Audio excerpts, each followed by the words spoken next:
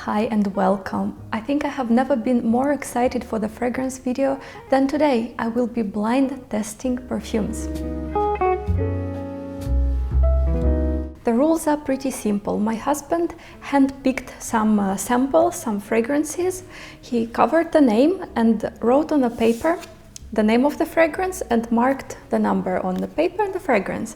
So I will be blind testing some perfume, trying to guess what kind of notes it contains, what kind of category of scent it can be, and then I will check what's inside.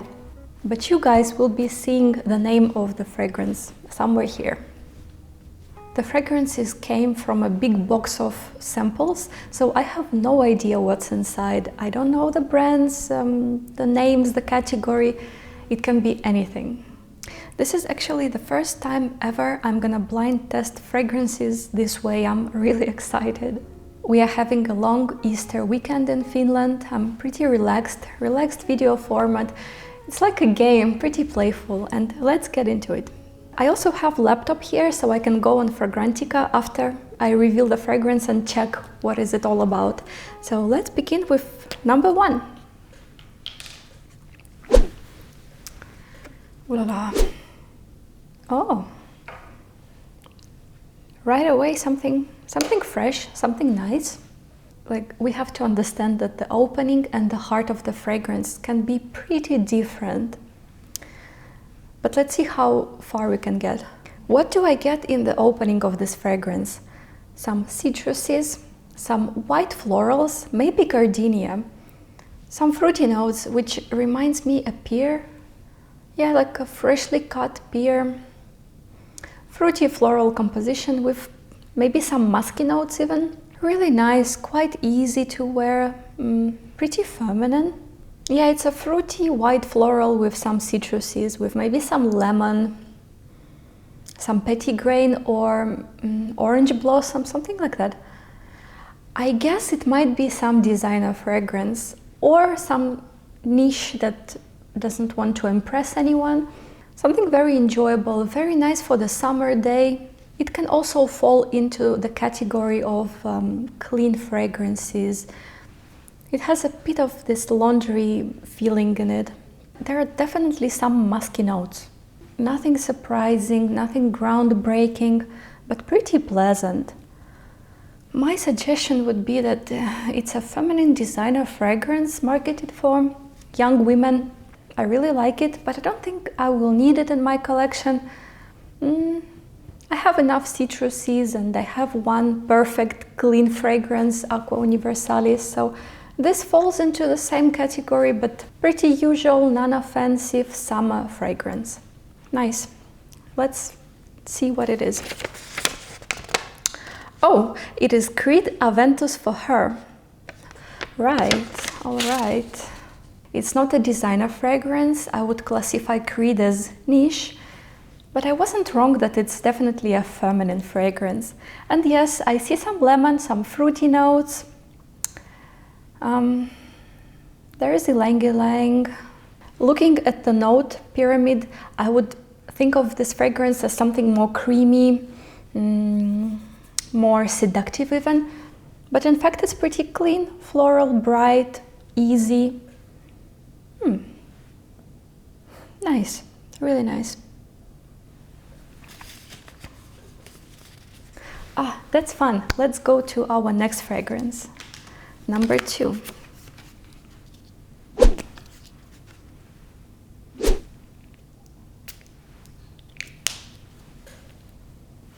Okay, that's different. A bit gourmandish, and I think there might be some note of rose, amber, honey, possibly some yellow flowers, maybe rose.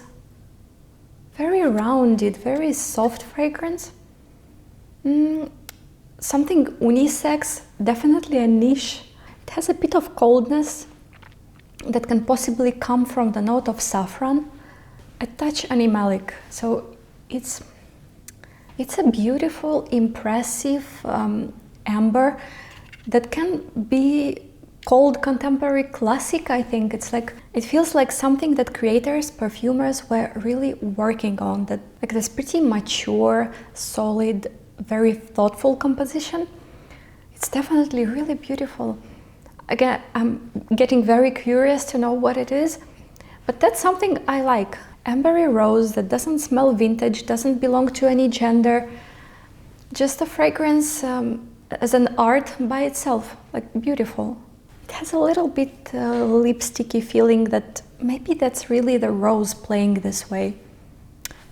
What if there is no rose at all? Full of elegance, full of confidence, very like rounded, full body fragrance. Thank you, dear husband, you made such great choices. There are some fruity notes, I don't know. There might be even some like fruity boozy notes, possibly. Definitely some woody notes as well. I would imagine this to have like a giant pyramid of all the possible notes blended together, because there are so many facets. It's such a complex fragrance. Let's see what it is. Oh, Khôl de Bahreïn, Stéphane Humbert Lucas. That's a brand I wanted to try. I heard a lot of good things about it, and yeah. Okay, it's an ambery fragrance, but there is no rose in it. There is iris and violet, and I said rose. There is no rose. Well, I wasn't wrong when I said that it's an elegant, rounded, complex amber. It is really a great experience. Oh, it's so nice.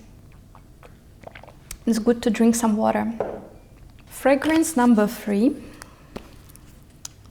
Such a small bottle. Let's see. Oh. First impression, smells fantastic. Really, really good. I think that's something that shall be tested on skin. It really needs some warmth. There is some resinous note or balsamic note. I cannot figure out what kind of, but it's very ointment, like a bit oily, a bit balsamic, with something blended in, some aromatic notes. There are definitely some aromatic notes, floral notes, possibly some fruity notes, because there is sweetness. There is a bit of grassiness, I don't know, something green, sweet, but all blended, all rounded with maybe sandalwood is playing this way, some balsamic notes. That actually smells like really, really cozy. You want to cuddle with this fragrance. I would say it is leaning more feminine. It can be some exclusive feminine designer fragrance, or it can be niche that contains the notes that are common for feminine fragrance.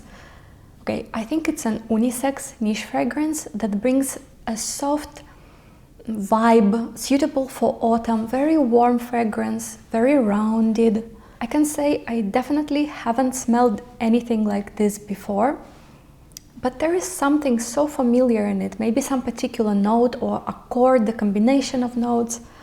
The only notes I can possibly try to guess is vanilla. There is sweetness, there is warmth, and sandalwood, because it feels creamy, it feels a bit cosmetic-like, balsamic, because all the notes, they are like glued together, like mixed, blended. Positive experience. I mean, very good fragrance. Let's see what it is. Black Orchid Eau de Toilette, Tom Ford 23. Really? Oh my god. I had some experience with Black Orchid before. I hated it. I don't remember which version I had. I think it was Parfum or the Parfum. I absolutely hated this fragrance. For me it was, I don't know, like a horrible blend of every single note you can find in perfumery. But this one is so different. Oh my god. I think I should give Black Orchid another chance, because what I'm smelling now is divine. It's so good and so talentedly, skillfully blended. Oh no, oh my god. Is it really black orchid? Well, patchouli, plum, orchid, clove, tuberose, pepper, patchouli. I was totally wrong guessing the notes, but now I have a better understanding of this fragrance. Yeah, there is tuberose with some peppery notes and patchouli, yeah. Okay, I wasn't wrong when I said there is fruitiness and greenness, patchouli and plum, true. I'm sorry, Black Orchid, I was wrong about you. I will give you another chance.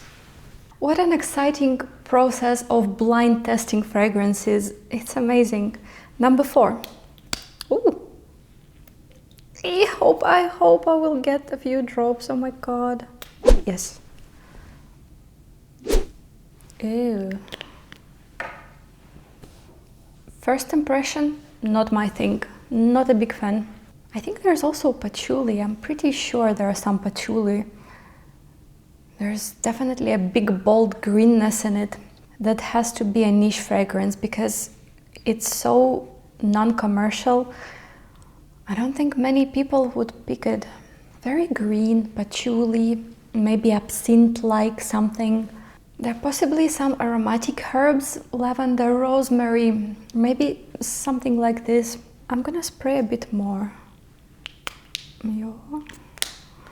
Okay, there are some citruses. On top of the fragrance, there are some citruses, definitely. I know. Asperidic, woody, patchouli fragrance. This is how I would classify it. Niche, unisex. Not very complex, like pretty, I don't know. I think it's one of the fragrances that can have a clear name. Something like patchouli cedrat, something like this. I might be wrong, I don't know, but there was definitely a very clear idea to create citrusy, woody, pretty attractive composition, but I don't know, somehow not my... Can it be something from Memo? Something similar I think I tried in Memo. Surprisingly, it evaporates very fast. I can barely smell it. It left. I don't know, it left. It is probably niche with clear idea, clear name, possibly something French. Pretty okay fragrance, it doesn't last very long. Where is it? It's gone. If it costs a lot, it probably doesn't worth that much. I wouldn't pay a lot for this fragrance. It's not the most interesting. Number 4. Kokain, Rammstein. Kokain. Kokain with lemon? I don't know. No way. I was totally wrong about this fragrance. The notes are gasoline, leather, iris, fruity notes, woody, patchouli. Okay, I guessed patchouli, but all the rest, where is it? Absolutely don't get anything but fruity notes and patchouli. This fragrance is definitely friendlier than you may think, and the perfumer behind is Alexandra Ilan from Simrise. Warm, woody, leathery, unisex. Not at all. Number 5 comes in a long blue bottle.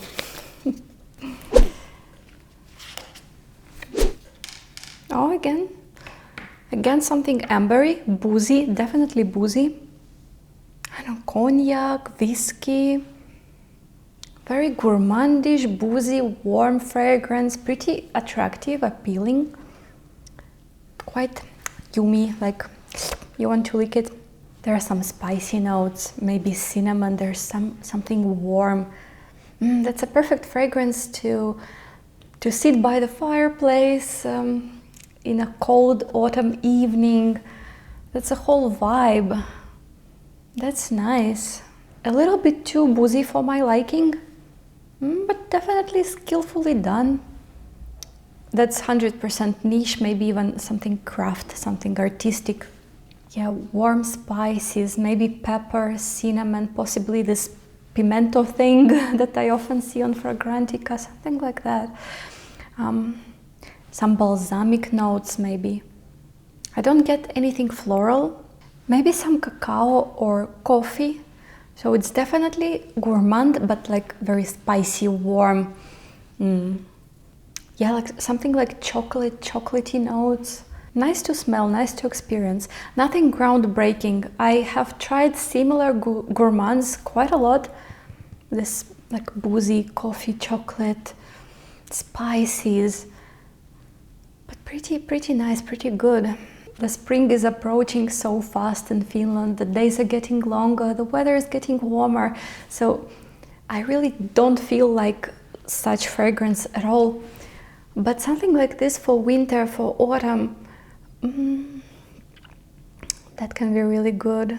I met this fragrance on a wrong time, on a wrong date, but I appreciate it. I wouldn't wear it, I wouldn't reach for it at the moment. But oh my god, how beautiful. Like really good. Okay, let's open it. Centrepiece, Andrée Putman. Centrepiece, so there are definitely some spices. Warm, spicy, amber, cinnamon, right, okay. Cinnamon, heliotrope, incense, gingerbread, benzoin, cedar. So yeah, no boozy notes mentioned in here. This house doesn't have a ton of fragrances, only 8 in Fragrantica's database. They come in pretty simple bottles, so it actually looks like something like a craft perfumery, a small brand from France. It is also mentioned that the nose behind the fragrances, I don't know all of them or just some fragrances, is Olivia Giacobetti. And she's a very skillful, really talented perfumer. And if she did this fragrance, yeah, very warm fragrance, almost hot, like a hot, warm gingerbread with cinnamon, yeah. Such a good experience, I shall do it more often. Let's move on to the fragrance number 6.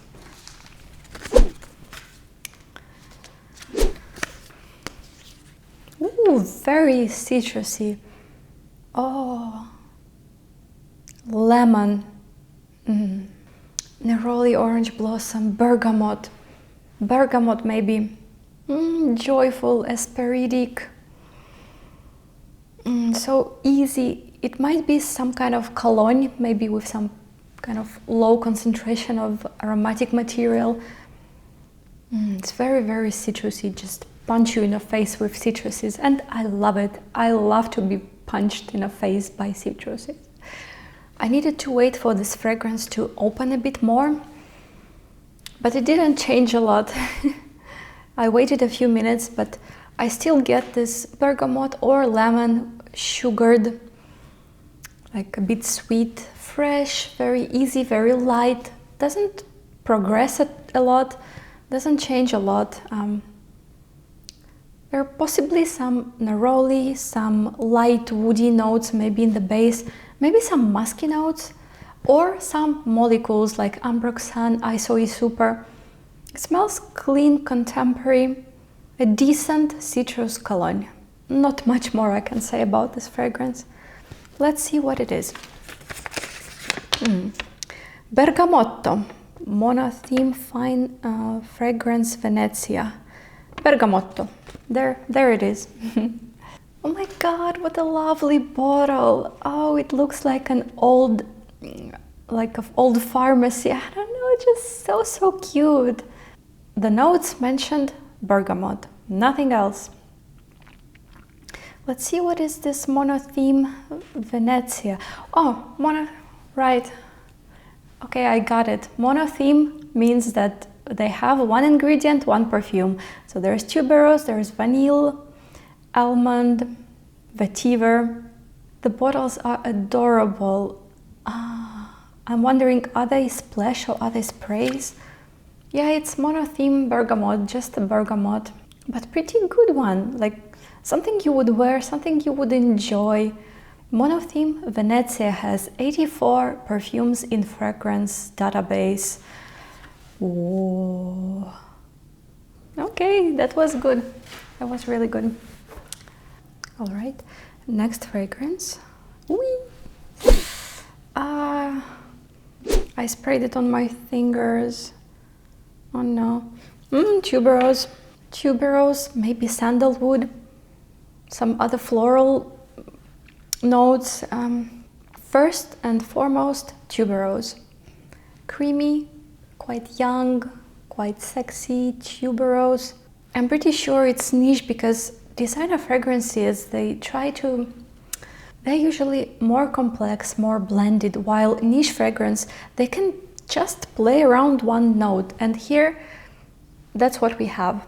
Tuberose can go many different ways. It can be pretty green, quite aggressive, or it can be really creamy. So this one is definitely very, very sexy, very creamy. So what I guess is that it might be a monotuberose fragrance that has tuberose even in the name, like a tuberose mystique, something like that. Or it can be something, the name of the fragrance can possibly be something sensual, something provocative even. Tuberose, maybe some orange blossom, some other white florals, maybe a bouquet of white florals, possibly some musky, ambery, slightly animalic even base. It's definitely very, very seductive, very sexy, it's like this sexy tuberose variation that I usually don't really like, and I personally wouldn't wear such heavy tuberose fragrance. My ideal tuberose is Dosan from Diptyque. That's a youthful green bubblegummy tuberose, but this one is a bit suffocating even. Definitely not my type of fragrance. Let's have a look at it.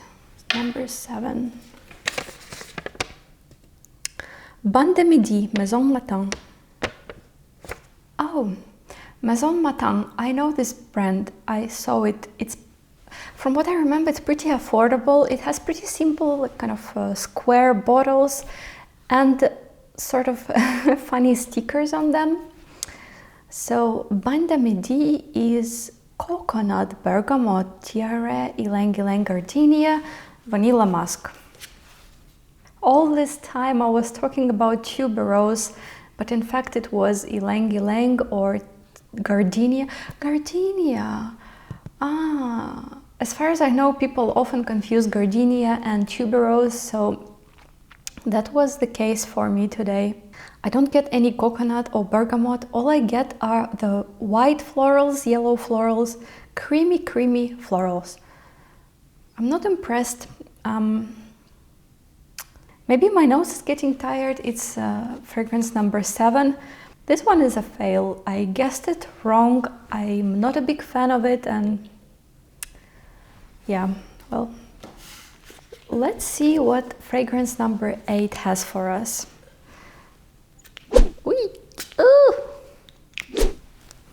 Oh no.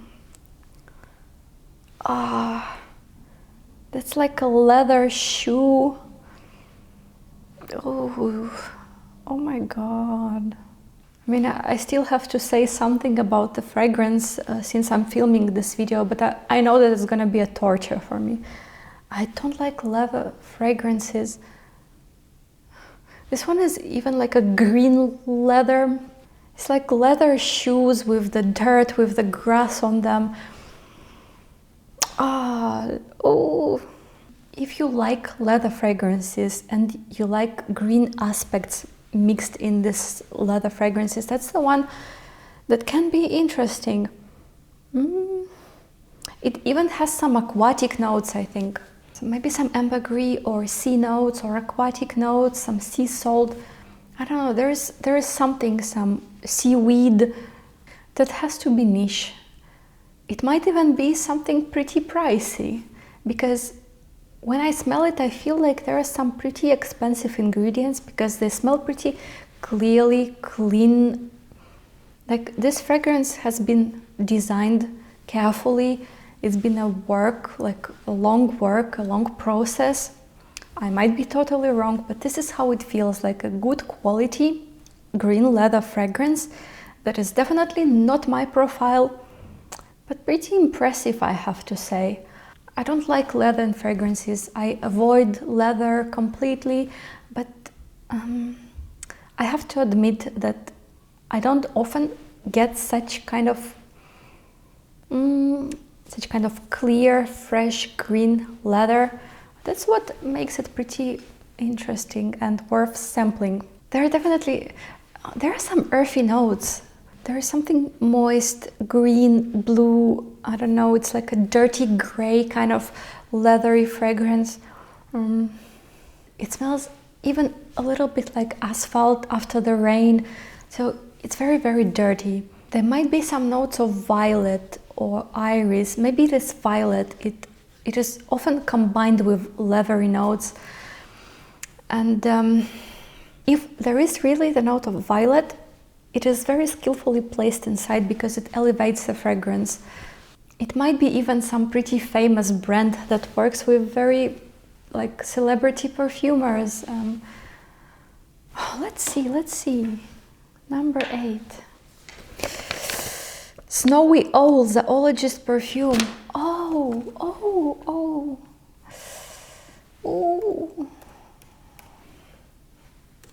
There is no leather notes, I totally missed it, but there is civet, oak, moss, galbanum, iris. I was right that it's a pretty kind of dirty, earthy scent.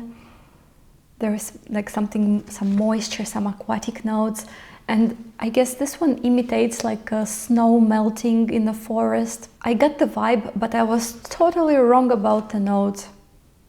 There is no leather. But there is a bunch of green notes: mate, galbanum, oak moss, umbrette, cedar.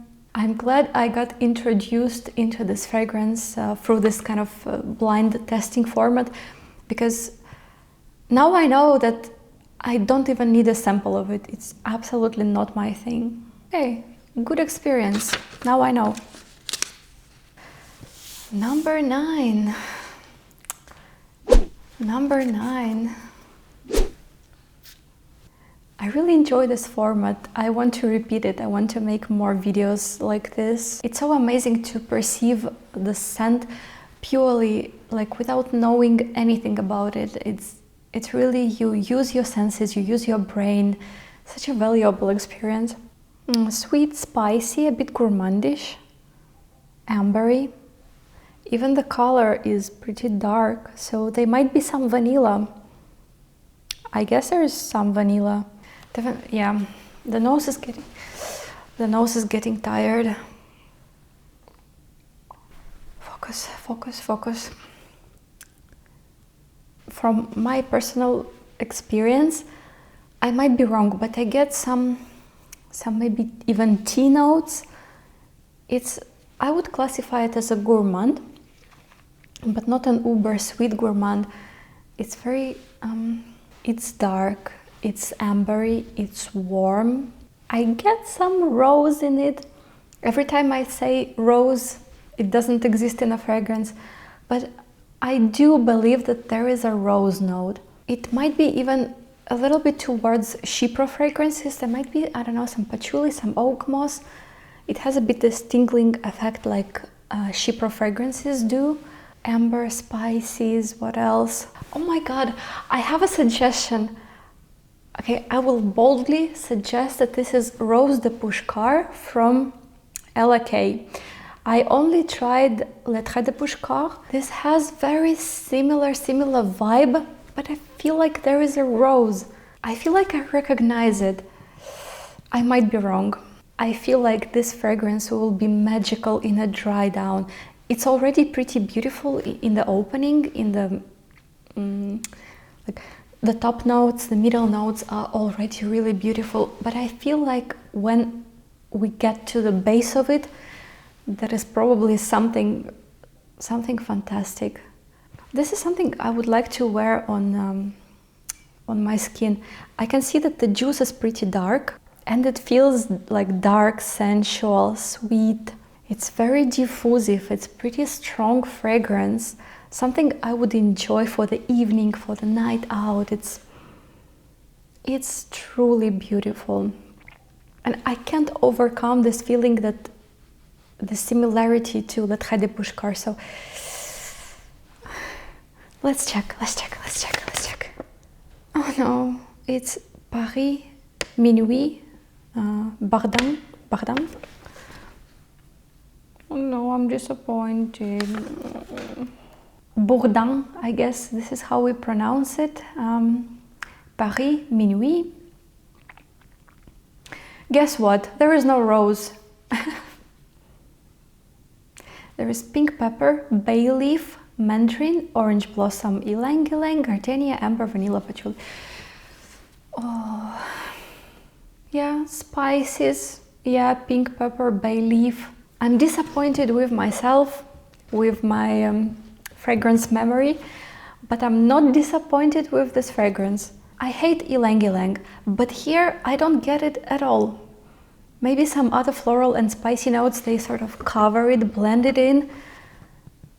I can definitely wear it, I can definitely enjoy it.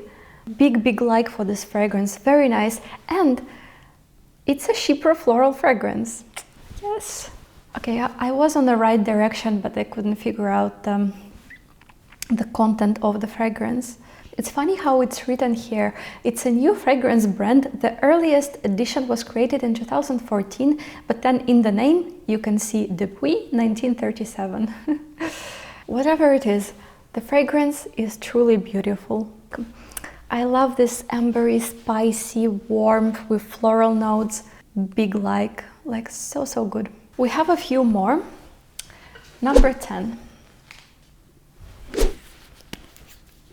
Oh, what I get in the opening is neroli, orange blossom, something soapy, floral, white floral, citruses, lemon, clean soapy, asperidic eau de toilette. It can be niche as well as designer or craft, or it can be basically anything. The DNA of this fragrance is pretty simple. Yeah, it's clean asperidic, floral, white floral. Not very appealing for me personally. I love citruses, but when they go so soapy, so even bitter, that's not my thing. It's not bad, but for me this is a collective image of French and Italian clean asperidic perfumery. To be honest, it smells a bit like toilet spray or laundry detergent. It's like a cleaning product. I'm not impressed. I would give this fragrance a name, Morning in Sicilia, or Morning in Amalfi Coast. Yeah, Italian laundry. Very clean, sunny, citrusy fragrance. That's it. Number 10 is Stars Moschino. So it's a designer fragrance. All right, there is citrus, orange blossom, some other white florals. There is rose. Every time I say rose, it doesn't exist, but when it is in the fragrance, I cannot detect it. I think my rose detectors are broken, but the citrus detectors are working fine. Nothing worthy, really. I don't know. I feel like white floral, citrusy fragrance, there are so many of them, and they can be much better than Moschino Stars. Not impressed. Number 11.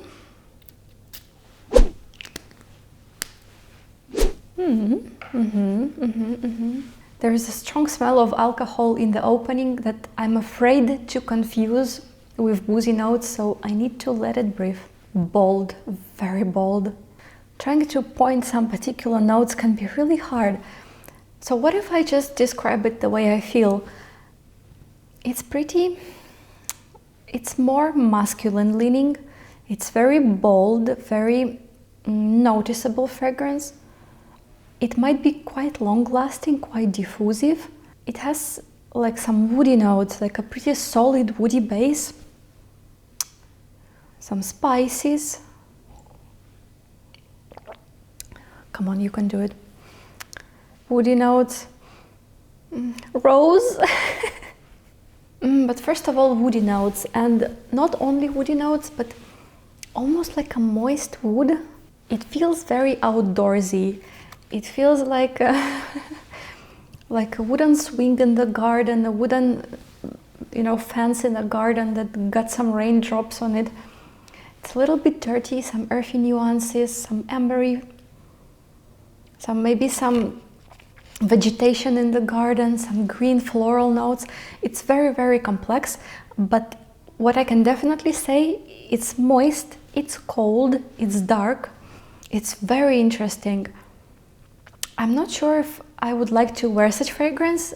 I cannot really say Is it my profile or not? I need to experience it, but it's very interesting. But it's quite unique. I haven't tried anything like this before. It's a bit powdery even, a bit like flower. It has like this kind of moist, but at the same time kind of dry texture. It has to be niche. It can be nothing else but niche fragrance, maybe created by some brand I don't even know. It is definitely not vintage. I would say it's even something contemporary because it's in the spirit of time. Very creative, very unusual, like pretty impressive fragrance. It has a bit of sweetness, but not enough to be a gourmand. It's, I don't know, like a bit sweetened, woody fragrance. And it's dark. For me, it feels very dark. I would even imagine some kind of dark bottle, something mysterious. Okay, let's open. Number 11, Centrepiece, 4160 Tuesdays, London. Centrepiece. That can definitely be classified as gourmand because there are notes of honey, vanilla, sorbet, chocolate. No rose, of course. It smells very good. Yeah, my description was pretty far from what Fragrantica suggests, but I stick to my idea that it's a pretty dark fragrance. And despite having so many gourmand sweet notes, it feels so balanced that it can be a daily wear for me, like something I would just easily spray on myself. Among the notes, the one I would pick and put front is that dark chocolate and honey, because like I said, it feels very dark and dry but moist. That's, I don't know, this combination of, this texture. I'm a big fan of this fragrance. I'm gonna wear it, I'm gonna live with it. I really like it. Last fragrance, number 12, and I hope the battery in my camera will not die. Please hold on. Number 12. Oh, needs to breathe. After 6 fragrances, the nose really get exhausted, and it's really hard to pick any particular notes. But let's talk about impressions, the feelings, the personal perception of the fragrance. Not my favorite, not very appealing. It has some sweetness, but it also has some heavy notes, some heavy base with maybe vanilla. Again, I want to say honey, chocolate, amber, vanilla. There is a lot going on. There has to be some white florals. There has to be an impressive sweet base with lots of different notes. There are possibly some fruity, sweet notes, something maybe even a bit synthetic, like caramel, something probably quite imaginary in perfumery, some imaginary gourmand notes like a caramel, maybe some praline or something like that. I would stick to the idea that it's a designer fragrance marketed for women. It might as well be niche, but what makes me think that it's a designer, that it feels quite commercial, quite mass appealing. There are many layers, many notes, many facets that are all blended together, but pretty carefully, so that it will sell. That's what makes me think that it's a designer fragrance. Not the most interesting. I prefer the previous one, the Centrepiece, much more than that one. I would even suggest that this might be something well-known, some kind of contemporary classic, some designer fragrance, something like that. If it's not, then it definitely feels like it. Something that's pretty accessible, that you can buy in any city, in any country. Something familiar even. Are we ready? We are ready. It's Alba Profumum Roma.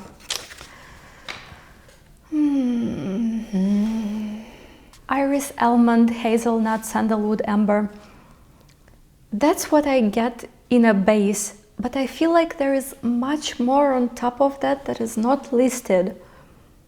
There has to be some floral notes besides iris. Yeah, I understand almond, hazelnut. Yeah, I get that. Gourmandish, yes, yummy. But there is much more in it.